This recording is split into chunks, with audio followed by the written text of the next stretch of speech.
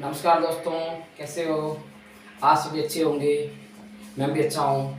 ठीक है, और हमारा जो टॉपिक जो चल रहा था ना, उसका नाम है वर्ण विचार।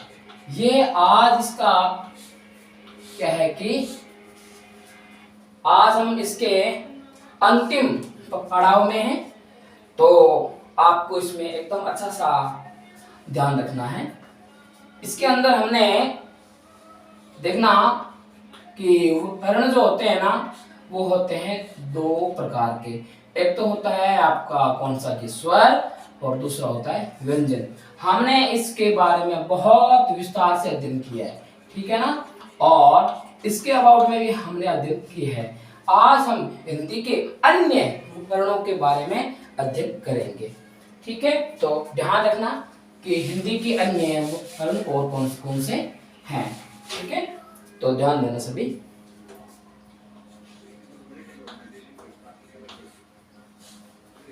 हिंदी के अन्य वर्ण देखना, इसके अंदर सबसे जो नंबर 1 पे है ना, वो है अयोग वा है। क्या है? अयोग वा है। देखना, इस वाले अयोग वा है ना, इसमें हमारे पास आएंगे दो वर्ण। वो है हमारा एक तो अंग, और दूसरा कौन सा है? अह। ये हो गया अंग, ये अह। देखना ध्यान से, अंग जो है ये क्या है? अनुनासिक, और अह जो है हमारा क्या? विसर्ग, ठीक है। और इसको अपन अनुस्वार भी कहते हैं। तो ध्यान देना क्या कि अनुस्वार अनुनासिक का तत्सम रूप है, और अनुस्वार का तद्भव रूप अनुनासिक होता है, ठीक है। इतना ध्यान देना। फिर इसके बारे में हमने ये भी देखा था क्या कि अयोग वा है का मतलब होता है क्या? ए का मतलब नहीं। जहां ए उपसर्ग ऐड हो जाता है, ए का मतलब होता है नहीं। योग का मतलब क्या होता है? जुड़ करके, और वह है मतलब वहन नहीं होते। तो देखना ध्यान से, ऐसे दो वर्ण अपन इनको अयोग वा है बोलते हैं, जो जुड़ करके वहन नहीं होते। तो देखना कि ये किसके साथ में जुड़ करके वहन नहीं होते हैं। तो मैं ये लिख रहा हूं, ध्यान देना कि व्यंजनों के साथ जुड़कर, व्यंजनों के साथ जुड़कर वहन नहीं होते, वो होते हैं अपने अयोग वा है। ऐसे दो वर्ण जो व्यंजनों के साथ में जुड़ करके वहन नहीं होते, उन्हें क्या कहते हैं? अयोग वा है ध्वनियां, ठीक है, जो है अंग और अह, ठीक है। इसके बाद में ध्यान रखना है क्या? इनकी देखना, इनकी सदैव दो मात्राएं होती है। अयोग वा है जो ध्वनियां होती है, इनकी दो मात्राएं होती है, दो मात्राएं होती है, ठीक है ना। ध्यान रखना भाई, क्या? अयोग वा है ध्वनियों की दो मात्राएं होती है, और दो मात्राओं का संकेत क्या होता है? एस के रूप में, ऐसे, ठीक है ना। दो मात्राओं का संकेत क्या होता है? एस के रूप में। और एक मात्रा का संकेत होता है कैसे? ऐसे। ये क्या है? इसको मान सकते हैं, क्या मान सकते हैं? इसको मान सकते हैं खड़ी पाई। तो जो जहां एक मात्रा होती है वहां तो ये वाला संकेत होता है, और जहां पर दो मात्राएं होती है वहां पर एस के जैसा संकेत होता है। तो ध्यान रखना, अयोग वा है ध्वनियों की, अयोग वा है ध्वनियों की दो मात्राएं मानी जाती है। तो अयोग वा है ध्वनियां, एक तो हमारी अंग और दूसरा अह, ये है, ध्यान रखना, ठीक है। इसके बाद में ध्यान देना है क्या? इसके अलावा हिंदी के अन्य क्या होते हैं? वर्ण। तो नंबर 2 पे मैं ले रहा हूं क्या कि संयुक्ताक्षर। एक नंबर पे हमने क्या लिया था, एक नंबर पे हमने लिया था अयोग व ध्वनियां। नंबर 2 पे मैंने क्या ले लिया, नंबर 2 पे ले लिया संयुक्ताक्षर। ये क्या होता है ध्यान देना, देखना कि ऐसे वर्ण जो दो व्यंजनों से, दो व्यंजनों से और एक स्वर से मिलकर के बनते हैं, अर्थात इनमें कितने वर्ण की संख्या होती है, 3 वर्ण से बनते हैं ये, इनको बोलते हैं संयुक्ताक्षर। दो तो इसमें क्या होंगे व्यंजन, एक क्या होगा स्वर। अब देखना फॉर एग्जांपल कि जैसे मैंने लिखा यहाँ पे ये कुछ है, अब ध्यान देना कि यह कौन कौन से वर्णों से मिलकर के बनेगा, ध्यान देना। तो एक इसमें देखना क्या, ये हो गया आपका कै, अलंत है, आधा मानते अपने इसको। दूसरा ये सै भी हलंत है, और एक यहाँ पे हो गया ये ए हो गया। ये दोनों क्या है व्यंजन। ये क्या है आप देखना ध्यान से, ये तो हो गया कै और ये ख, ये सॉरी ये सै। ये क्या है दोनों, ये है व्यंजन और ये क्या है स्वर। तो देखना कि ये वाला जो कंश है ये देखना कि कौन से दो व्यंजनों से बना है, कै और मूर्धन्य सै से, और ए क्या हो गया स्वर। तो ये जो ना कंश है ये बनता है कितने कि 3 वर्णों से। तो इसको अपन क्या बोलेंगे संयुक्ताक्षर। अब देखना इस त्रय को भी देख लो ध्यान से, कौन सा, हलंत तय, हलंत रै और ए।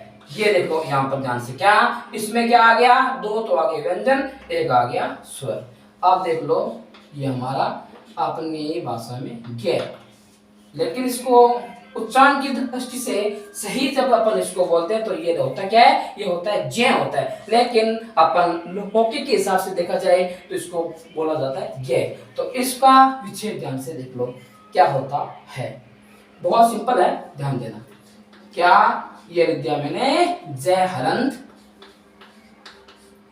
ये हलंत और ए। यहां भी देख लो आ रहे हैं 2 तो क्या आ रहे व्यंजन, एक आ रहा है स्वर, यानी इसके भी रचना है वो 2 व्यंजनों से और एक स्वर से बनती है, ठीक है। इसलिए इनको क्या बोला जाता है संयुक्ताक्षर, यानी कि संयुक्त अक्षर, ठीक है। एक और है इसके अंदर हमारा जो हम लिखते हैं इसके रूप में श्री गणेशाय के रूप में लिखते हैं ना, ये क्या होगी, ये हो गया श्रेय। तो ये किस किस से बनता है ध्यान देना, सबसे पहले लिखा जाएगा अलव्य शय हलंत वाला, फिर रै हलंत, हलंत का मतलब होता है आधा, ठीक है, और फिर हमारा ए।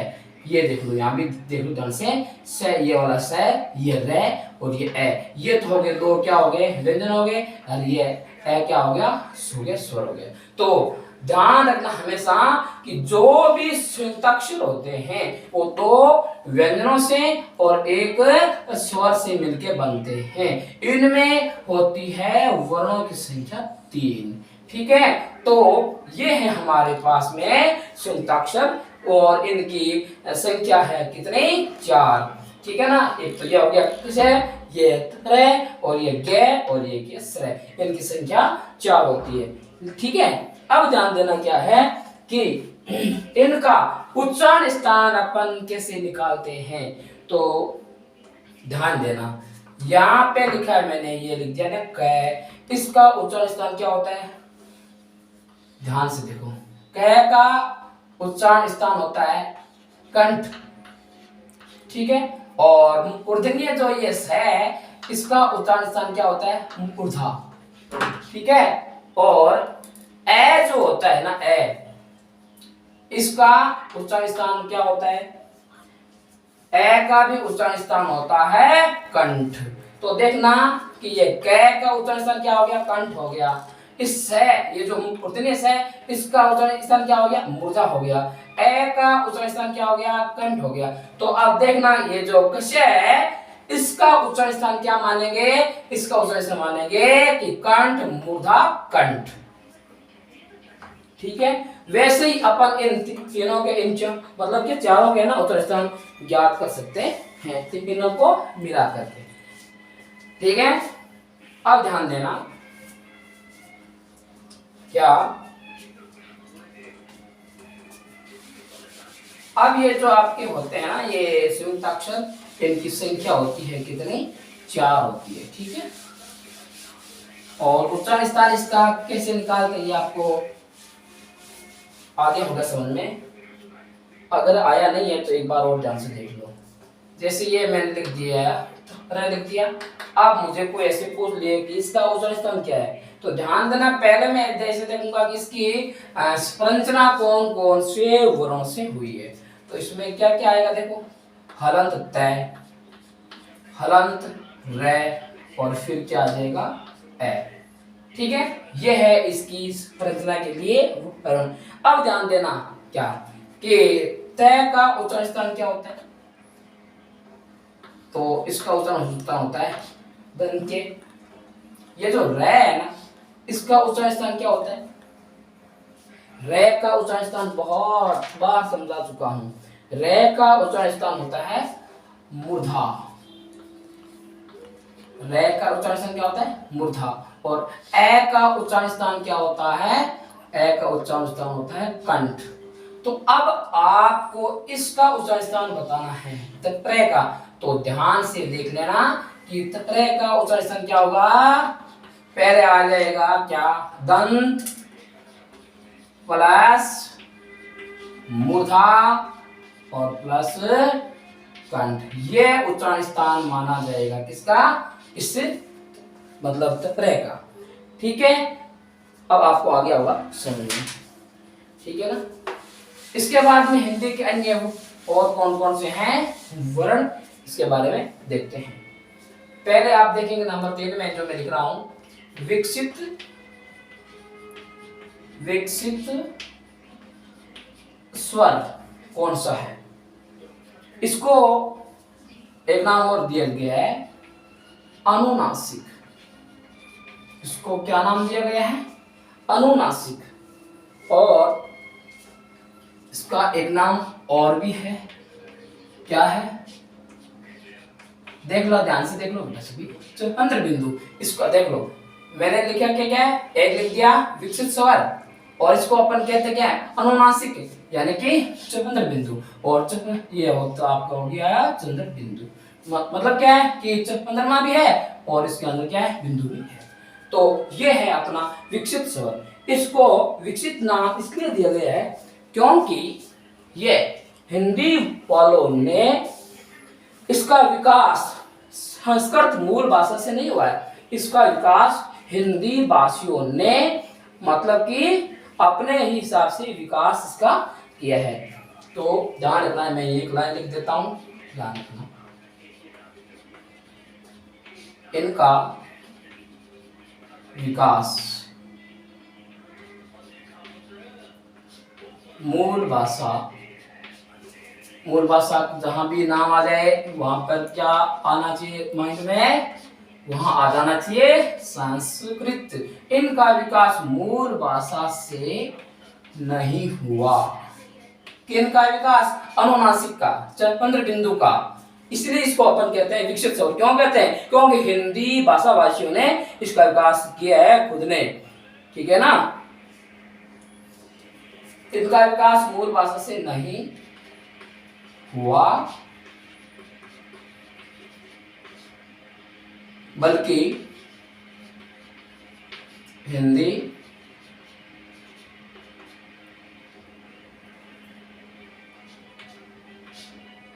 भाषा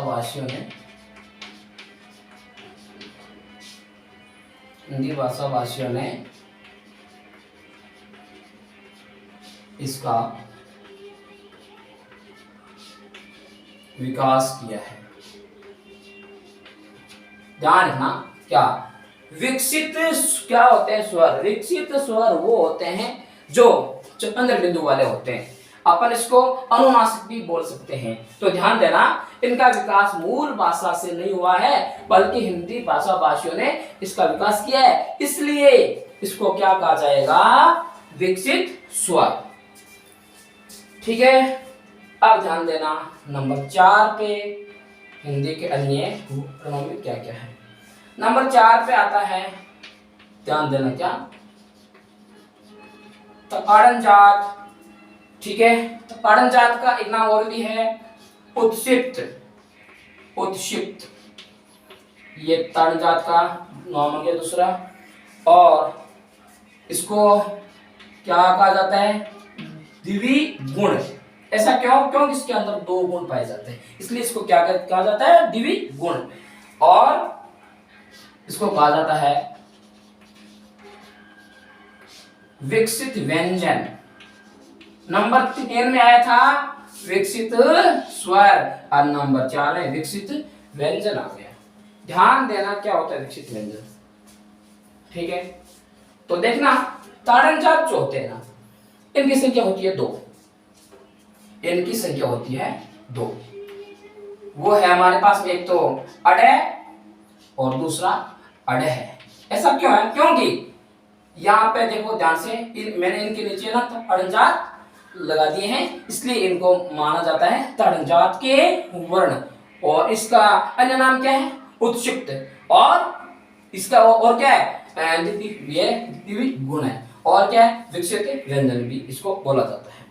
अब इनके बारे में अच्छा सा अध्ययन करेंगे। क्या है, ध्यान देना, जो मैं लाइनें लिखा हूं उस पर थोड़ा ध्यान देना।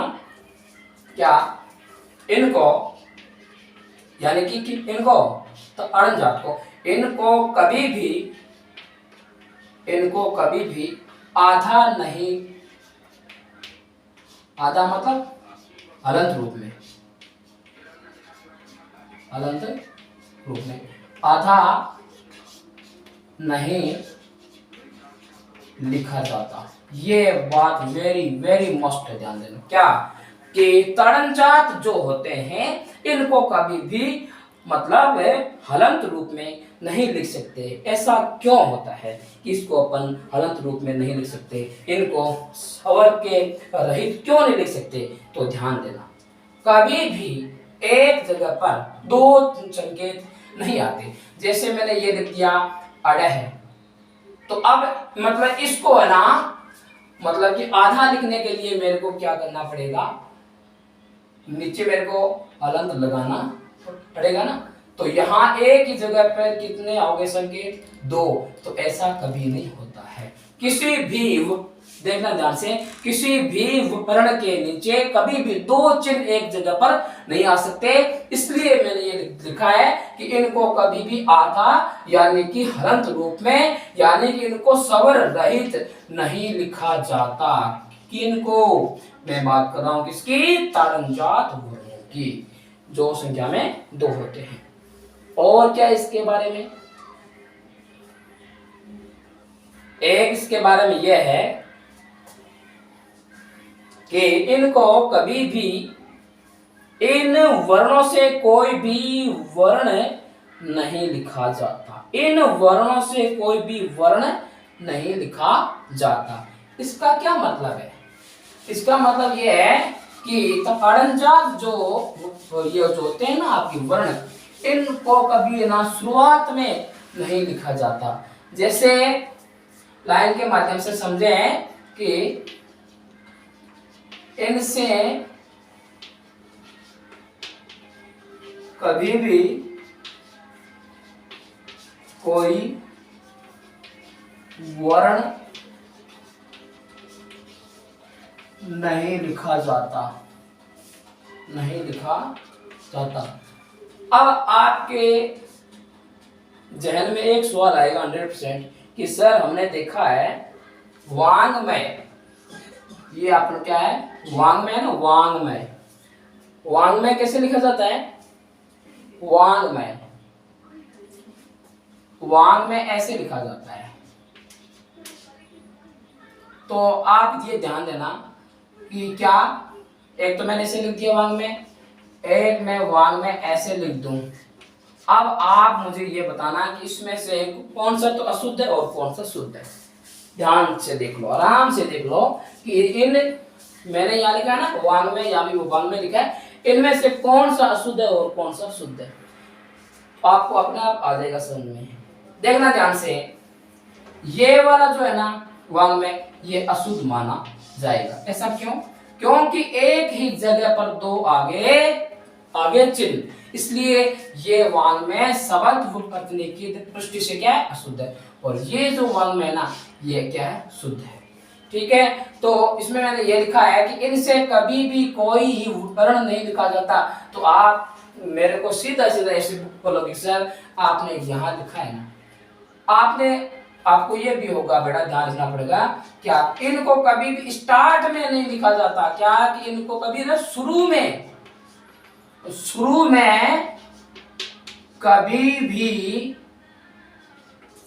ताड़नजात वर्णों का प्रयोग नहीं होता। ताड़नजात का प्रयोग नहीं होगा, ये ध्यान रखना। ठीक है, हाँ ताड़नजात है ना, शब्द के मतलब बीच में आ सकते हैं, लेकिन शुरुआत में कभी भी ताड़नजात वर्ण नहीं आ सकते। ये भी ध्यान रख लेना। ठीक है, मतलब क्या इसका कि प्रथम वर्ण के रूप में कभी भी ताड़नजात का यूज नहीं कर सकते, प्रथम वर्ण के रूप में। ठीक है, और इसके अलावा ध्यान देना और क्या है, अब आपको ये अजीब सा लगेगा कि सर आपने बोला है कि एक जगह पे कभी भी दो संकेत नहीं आते, तो ये जो चिपड़िया में है ना, ये दो संकेत पड़े, ऐसा हो गया, कैसे हो गया? तो ध्यान दो, ये एक तो है संकेत ऊपर लगा हुआ है, एक ही नीचे, ये एक स्थान पर नहीं है। इसलिए मैंने वो कहा था कि ताड़नजात वर्णों को कभी भी हलंत के रूप में नहीं लिखा जाता है, और ताड़नजात वर्णों से मतलब कोई भी प्रथम वर्ण के रूप में कभी भी ताड़नजात नहीं आ सकते।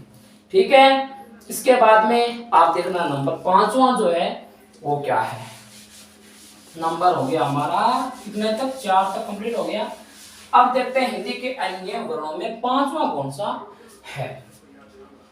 5वां है हमारे पास में विदेशी स्वर। अभी तक हम देसी की बातचीत हो रही थी, अब क्या है? विदेशी स्वर। ये क्या है? जहां वी उपसर्ग लगता है ना, तो वी का अर्थ हो जाता है अन्य, यानी अन्य देश के स्वर। ठीक है, इनको बोलते हैं विदेशी स्वर। तो ध्यान देना, विदेशी स्वर को अपन आगत स्वर भी कह सकते हैं। क्या कह सकते हैं? आगत स्वर, यानी कि आया हुआ स्वर। और क्या कह सकते हैं इसके अलावा? और इसके अलावा हम कह सकते हैं इसको मेहमान स्वर। क्या कह सकते हैं? मेहमान स्वर, क्योंकि जो आया हुआ होता है उसको अपन मेहमान के रूप में मानते हैं ना, तो इसका नाम क्या हो गया? मेहमान स्वर। और इसके अलावा इसका क्या नाम है? बिल्कुल है अर्ध चंद्र बिंदु स्वर। अर्ध मतलब आधा, आधा चंद्रमा, अर्ध चंद्र बिंदु स्वर। अब आपके माइंड में सवाल आएगा 100% क्या कि सर अर्ध चंद्र बिंदु वाला स्वर होता कैसे है? देखना ध्यान से, मैंने यहाँ लिख रहा हूं, मैं नाम लिख दिया मैंने आंख। अब ध्यान देना, इसके अंदर है ना ये चंद्रमा भी है और इसके अंदर ये बिंदी भी है ना, तो यह तो है अपना पूरा मतलब चंद्र बिंदु स्वर हो गया। अगर इसके अंदर ये बिंदु नहीं हो, अगर इसके अंदर ये बिंदु नहीं हो तो क्या हो जाएगा? अर्ध चंद्र बिंदु स्वर माने जाएंगे। ठीक है, तो विदेशी स्वर, आगत स्वर, मेहमान स्वर और अर्ध चंद्र बिंदु स्वर, इनकी संख्या कितनी होती है? तो ये संख्या में होते हैं ओनली फॉर 1, एक होते हैं, और वो एक होता है कौन सा? ये ले वो आपके सामने पड़ा, इसका उच्चारण क्या है? ओ के रूप में, ओ ही बोलते हैं इसको। ठीक है, तो जैसे आपने नाम लिखे हुए देखे होंगे कैसे, कॉलेज, ये देखो, और ये क्या लिख दिया मैंने? डॉक्टर। इसके अलावा और कुछ है? इसके अलावा ऑल इंडिया लिखते हैं ना ऐसे, ऑल इंडिया। अब देखना ध्यान से, ये जो ऊपर लगाया है ना मैंने ना, इनको क्या कहा जाता है? अर्धचंद्र बिंदु स्वर, क्योंकि इसमें बिंदु नहीं है। ये है अपना विदेशी स्वर, यानी कि आगत स्वर, मेहमान स्वर, मेहमान स्वर। ठीक है। अब इसके अलावा आप देखेंगे क्या? विदेशी व्यंजन देखेंगे, क्योंकि हमने इसमें देख लिया बिंदु, बिंदु है ना, या जो कौन सा पांचवा, इसमें हमने देख लिया था विदेशी स्वर। अब बिंदु कौन सा आएगा? 6 नंबर वाला। इसमें क्या देखेंगे? इसमें देखेंगे विदेशी व्यंजन कौन से होते हैं। विदेशी व्यंजन, आज हम हिंदी के अन्य उपकरणों के बारे में जानकारी ले रहे हैं। विदेशी व्यंजन, वी उपसर्ग जहां पे जुड़ जाता है वहां वी का अर्थ हो जाता है अन्य। ठीक है। विदेशी व्यंजन जो होते हैं ना, ये संख्या में होते हैं कितने? 5। ये ध्यान रखना, विदेशी व्यंजन संख्या में होते हैं कितने? 5 होते हैं। वो आप देखना कि 5 होते हैं। कौन कौन से हैं? क, ख, ग, ज और फ। अभी तक ये विदेशी नहीं है, ये हमारे हिंदी भाषा के देवनागरी लिपि के व्यंजन है। अब इनके अंदर मैं लगा दूंगा नुक्ता। क्या लगा दूंगा? नुक्ता। तो ये बन जाएंगे किसके? अरबी फारसी भाषा के शब्द बन जाएंगे। कौन सी भाषा के? अरबी फारसी भाषा के व्यंजन बन जाएंगे। ठीक है। अरबी फारसी के व्यंजन बन जाएंगे। तो इनको क्या बोला जाएगा? विदेशी व्यंजन। ठीक है। अब ध्यान देना, इनको अरबी और फारसी, यहां मैंने नाम लिख दिए 2। ऐसा क्यों? या तो ये अरबी होने चाहिए या होने चाहिए फारसी होने चाहिए, ऐसा क्यों है इसमें? ध्यान से ध्यान देना क्या कि अरबी भाषा और फारसी भाषा की जो लिपि होती है ना, वो एक समान होती है, इसलिए इन व्यंजनों को अरबी फारसी के व्यंजन कहा गया है। और ये है हमारे विदेशी व्यंजन। ठीक है। और ऐसा कि किसने कहा था? मैंने ऐसा आपको पहले भी बताया था कि ऐसा कहा किसने था? नाम याद है? ऐसा कहने वाले का नाम था, याद करके मेरे को बता देना, कोई बात नहीं। ठीक है। अब ध्यान देना, एनसीईआरटी ने देखना कि इनमें से कितने व्यंजनों को विदेशी माना है या कि अरबी फारसी माना है। इनमें से एनसीईआरटी ने ना ओनली 4 कितने व्यंजनों को माना है अरबी फारसी के? 3 व्यंजनों को। और वो 3 व्यंजन कौन कौन से हैं? ध्यान रखना, एक हमारा ख, ज और ये फ, इनको माना है। यहाँ पे लिख देता हूं मैं, ख, ज और ये फ, इन तीनों को माना है एनसीईआरटी ने। ठीक है। तो एनसीईआरटी के हिसाब से तो 3 हो गए, और अरबी फारसी भाषा के हिसाब से व्यंजन वो भी कितने? 5 हो गए। ठीक है। और ऐसा कहा किसने था? शिव प्रसाद सितार ए हिंद ने। ऐसा कहा किसने था? शिव प्रसाद, जिनको उपाधि दी गई थी किसकी?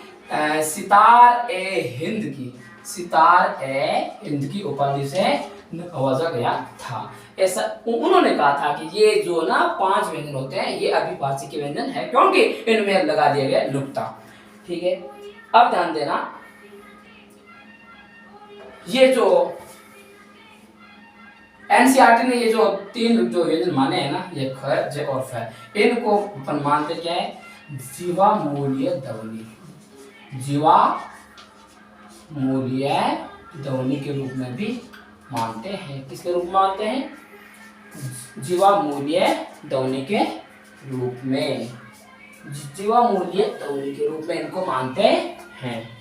जीवा मूल्य ध्वनि के रूप में मानते हैं। क्या बात है। अब ध्यान देना, अब अपन इसमें यह देखेंगे कि हाँ, अब हमने ये देख लिया कि विदेशी व्यंजनों की संख्या होती है कितनी? 5। विदेशी जो होता है ना स्वर, उसकी संख्या होती है 1 जो होता है ओ, और विदेशी होते हैं व्यंजन कितने? 5। एनसीईआरटी ने माना है कितने को? 3 को माना है। ठीक है। अब हम देखेंगे हिंदी वर्णमाला में कुल वर्णों की संख्या कितनी होती है, क्योंकि यह भी क्वेश्चन बहुत बार एग्जाम में पूछ लिया जाता है कि हिंदी वर्णमाला में कुल वर्णों की संख्या कितनी होती है या मूल वर्णों की संख्या कितनी होती है। तो आप लोग सभी ध्यान देना, ठीक है। हिंदी वर्णमाला में वर्णों की संख्या, हिंदी वर्णमाला में वर्णों की संख्या। तो सबसे पहले लिखेंगे क्या कि स्वर कितने होते हैं। तो स्वरों की संख्या होती है 11। फिर व्यंजन कितने होते हैं, व्यंजनों की संख्या होती है, व्यंजनों की संख्या होती है कितनी भाई, व्यंजनों की संख्या होती है 33, ठीक है। तो अब इनको दोनों को अपन ऐड करते हैं तो आ जाएंगे कितने 44, यानी कि हो गए 44। ये क्या है, मूल वर्ण, ये क्या है, मूल वर्ण। इनको कह सकते हैं साधारण वर्ण भी कह सकते हैं। तो अब ध्यान देना, एग्जाम में आपसे इससे ना कि पूछ लीजिए क्या हिंदी में मूल वर्णों की संख्या कितनी होती है या हिंदी में साधारण वर्णों की संख्या कितनी होती है, तो आपका आंसर क्या होना चाहिए 44। ये ध्यान रखना है, ये है हिंदी के मूल वर्ण। अब इसके अलावा और क्या क्या होता है हिंदी में, अयोग वाय होता है, जो हमने पढ़ा था बिंदु 1 पर। अयोग वाह होते हैं, अपने अंग और रह होते हैं, और इनकी संख्या होती है कितनी 2। और इसके अलावा क्या होते हैं, इसके अलावा होते हैं संयुक्ताक्षर। क्या होते हैं, संयुक्ताक्षर होते हैं, वो होते हैं संख्या में कितने 4, ठीक है। और इसके अलावा और क्या होता है, ताड़नजात होते हैं। क्या होते हैं, ताड़नजात व्यंजन या उपवर्ण। तो इनकी संख्या होती है कितनी 2 होती है। अब आप ध्यान से देखना कि हिंदी में कुल वर्णों की संख्या कितनी होगी है, तो 44 यहाँ हो गए, 2 हो गया, कितना हो गया 46, और 4 कितने हो गए, ये 50, और ये 2 52, है ना, हो गए कितने हो गए 52 हो गए। ये क्या है, हिंदी में कुल वर्णों की संख्या, हिंदी में कुल वर्णों की संख्या कितनी है 52। अब ध्यान देना, यहां पर 2 प्रकार से प्रश्न बनता है, वो कैसे, एक तो ऐसे पूछ लिया जाता है हिंदी में मूल वर्णों की संख्या कितनी होती है, तो आपका आंसर होना चाहिए 44। हिंदी में मूल वर्णों की संख्या कितनी होती है 44 होती है, ठीक है। इसके अंदर 11 क्या आ जाएंगे स्वर, और व्यंजन आ जाएंगे कितने 33। तो ये हो गए हिंदी में मूल वर्ण। अब ध्यान देना, आपसे ऐसा मतलब पूछ लिया जाए कि हिंदी में कुल वर्णों की संख्या कितनी होती है, तो हमारा आंसर क्या होना चाहिए 52 होना चाहिए। इसके अंदर देखो अयोग वह आगे 2, एक तो अड़ है और एक अड़ है, और क्या आ गया, ये आगे 4 आगे संयुक्ताक्षर आगे, और 2 क्या आगे ताड़नजात आगे। अयोग व सॉरी अड़ और अड़ नहीं होते, अंग और अह होते हैं, ठीक है। और ताड़नजात ये जो होते हैं ना, ये होते हैं अड़ और अड़, ठीक है। तो हिंदी में कुल वर्णों की संख्या होगी 52 होगी, और हिंदी में मूल जो होते हैं ना वर्ण वो होते हैं आपके 44, ठीक है। तो अब आपको आगे होगा समझे यहां तक, फिर अपन बिंदु लेंगे नेक्स्ट। देखो ध्यान रखना क्या है, अब अपन देखेंगे विदेशी वर्ण कौन से होते हैं, विदेशी वर्ण। इसके अंदर है और भी आ जाएंगे और व्यंजन भी आ जाएंगे। विदेशी वर्ण कितने होते हैं, तो आप ध्यान रखोगे क्या विदेशी वर्ण जो होते हैं ना, इनकी संख्या कितनी होती है, तो विदेशी वर्णों की संख्या होती है 4। कितनी होती है 4। तो एक तो इसमें हो गया, आगे कौन सी ओ आ गया, ये क्या है, ये है विदेशी स्वर, और एक इसमें आ गया ये ख जो नुक्ता लगा हुआ है, ज, और ये फ। ये किसने माना था, NCERT ने इनको माना था ना, इनको। तो ये देखो इनकी संख्याएं कितनी हो रही है 4 हो रही है। ये है हमारे पास में विदेशी वर्ण, ठीक है। अब आपको कोई ऐसे पूछ लिया जाए कि हिंदी में मानकीकृत संख्या कितनी है वर्णों की, क्या आपसे पूछ लिया जाए, ध्यान से ध्यान रखो, हिंदी में मानकीकृत, हिंदी में मानकीकृत वर्णों की संख्या कितनी है। तो ध्यान से देखना, हिंदी में मूल वर्णों की संख्या कितनी थी, 44, यानी कि कितनी थी, 44। और हिंदी में कुल कितने थे, वो कुल थे वर्ण कितने, 52 थे। अब हमारे पास विदेशी वर्ण आ गए कितने, 4 और आ गए, तो ये सारे कितने हो गए, 56 हो गए। तो अब बता दो ध्यान से क्या, कि हिंदी में मानकीकृत वर्णों की संख्या कितनी होगी, 56 होगी। ठीक है, तो आज हमने हिंदी के अन्य वर्ण के अबाउट में पढ़ा है, और इसके बाद अपन आगे वाली क्लास में पढ़ेंगे मात्राएं